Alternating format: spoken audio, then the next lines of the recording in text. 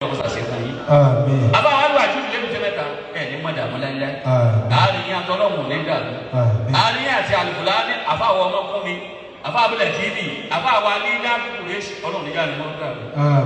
La hawla wala quwwata illa billahil aliyyil azim. Àtàwa náà. Àmín. Àbá wa àgbà Alfalahi. Alfalahi. Wọ́n bá gba máìkì láì ọkọ̀ kan kó sì báyìí. Allah. Àfá wa Alfalahi ẹ̀ má dàrú. Ẹ̀ ní sí ọ̀rọ̀ wí. Tó lè dùn láyé òun tí bá ń sọ̀rọ̀ ẹ̀ lọ́ bí àwọn dọ́kọ̀ lérè. Àfá wọlé àríwájú ọ̀rọ̀ ló lágbára jù. Ọlọ́run máa jà sí ibi mọ́sí jẹ́ sí wá gbọ́. Àmín. La hawla wala quwwata illa billah. Wọ́n kí ọmọ ìyá mi àgbà. Àfá wa Amadu Sọ́ọ̀lẹ̀. Alifulaani. Ọmọ àgbàjà kan lájọ jẹ́. Mo fi àbá owó dàbí kí. Allah akbar. Àbá ní ẹ̀mí sójó yòókù tó lọ nínú lórí. Ikú àyè ìmọ̀lẹ̀ lábẹ́ odò. Ẹni sòjòjò tó ogun lóko lọ ìlú wa já sílẹ̀ àrọ̀rùn. Ẹni sábò ojú sánmà lọ́wọ́ òkè náà ni ó pàdé ikú. Allahu akbar kabira. Allahu akbar. Bí mo rántí kí ìyá mọ̀ ẹ̀rọ àbá mi máa sún fún ọjọ́ ìkẹyìn mi. Allahu akbar. Ọjọ́ kan máa rí bàbá ẹ̀ta kan lúgbó. Ọjọ́ kan máa rí ìyá ẹ̀ta kan lúgbẹ́. Ọjọ́ tó parí ìyàwó ẹ̀ta ní àgbẹ̀. Máyà lọ́dọ̀ mi, máyà lọ́dọ̀ mi. A ní máyà lọ́dọ̀ mi, máyà lọ́dọ̀ mi o. Tèmi tó mi lẹ́rù mọ́dì fún. Allah. Allah. Gbogbo ẹ̀yin tí ẹ ṣe ètò mọ́fì yìí Afọlábí kẹ́mi dúró tí lọ́sàn-án lóru ilé yín àtọ̀ràn yín ọlọ́run ní yóò dàbí. Àmín. Tọ́lọ́kù tí múra sáré òkú alẹ́ ni tó gbóúnjẹ lé náà ẹni kó ṣe kíá ẹni tó lóko ẹni tó lòdò ẹni kó ṣe kíá torí pé láìpẹ́ ẹ̀sìn máa gbọ́ pé Allah.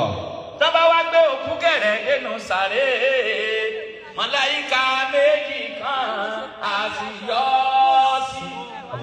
Ìkànnà kiri ìkànnà kára gbogbo lọ́wọ́ tún búlálà ló sí. Wọ́n á jágbe mọ́ òkú àsìkò sẹ́kù. Òkú bá dìde lẹ̀dá o àtúndò òkú lẹ̀. A ní mo ni mo já sí lónìí òòrọ̀ bí olúwa. Allahu akbar. Allahu akbar. Ọ̀rọ̀ fún bẹ́ẹ̀ ní òfin sàwàlà. Allahu akbar kabira. Àbáwá dọ́kọ̀ Alfalahi, àbáwá Abdul TV. Àárín mọ́fì mọ́dàmù kìí àmọ́ ọlọ́run. Allah. Àmì àwọn pàdé ẹni kan bí kan. Ó dà ó jọ. Ó rí bí kò lè dàbí mọ́dàmù kìí àmọ́ ọlọ́run. Bàbá Túndé ààyè ìlú ọmọ ni. Ìyábọ̀ lé ààyè ìlú ọmọ ni. Tàlẹ́ ní kò lọ sọ̀rọ̀ kò bọ̀ rí o. Nàkímù lè fi sìgá ọlọ́run níjà sí yóò tún láíláí. Bàbá wa ẹ̀ tẹ́ láíláí. Ọlọ́lá ilaha illallah. Àfa àwọn àgbà àwọn ọmọ ẹgbẹ́ wa pẹ̀lú ọlọ́run lónìí. Ọ̀pọ̀ ọlọ́run ẹ̀sìn ní sì wí. Ayé òsì ní sì ní gbọ́. Ọlọ́lá ilaha illallah. Ọlọ́lá ilaha illallah. Àfa Sheikh Abdulrahman. Ìkọ̀sọ̀ ní ṣe iná burú. Ẹ máa ṣe. Ọlọ́lá ilaha illallah. Ilé àwọn ẹni ọlọ́run ni wọ́n ti wá nínú orin. Allahu akbar. Ẹ̀gbọ́ Ìlọrin ó tún wá jẹ́lé gbọ́dọ̀ fún Ìlọrin. Allahu akbar. Allahu akbar ilé ọba wa àdúrà nígbà al-istijaba ọlọ́run mọ́sàjẹ́ kẹpẹ́ láíláí. Wala la ilaha illallah. Wala la ilaha illallah. Tó ẹgbẹ́ káfà wọ wọlé ẹgbà Sheikh Abdulrahman ọlọ́run mọ́sàjẹ́ kí àríwẹ́ ayé wà tí àwọn báwo jòkó àbáwá Sheikh Abdulrahman àwọn ni wọ́n bọ̀ pẹ̀lú ọ̀rọ̀ ọlọ́run lónìí pẹ̀lú ògbó ọlọ́run. ọlọ́mọsá jẹ́ kí ayé àfáà pẹ̀lú wala la ilaha illallah ẹni sì wí ayé sì ní sì yí gbọ́ wala la ilaha illallah wọ́n la jẹ́ kí ẹyí kẹ́ máa lọ. ìlàtẹ̀ ìfọkàn sọ.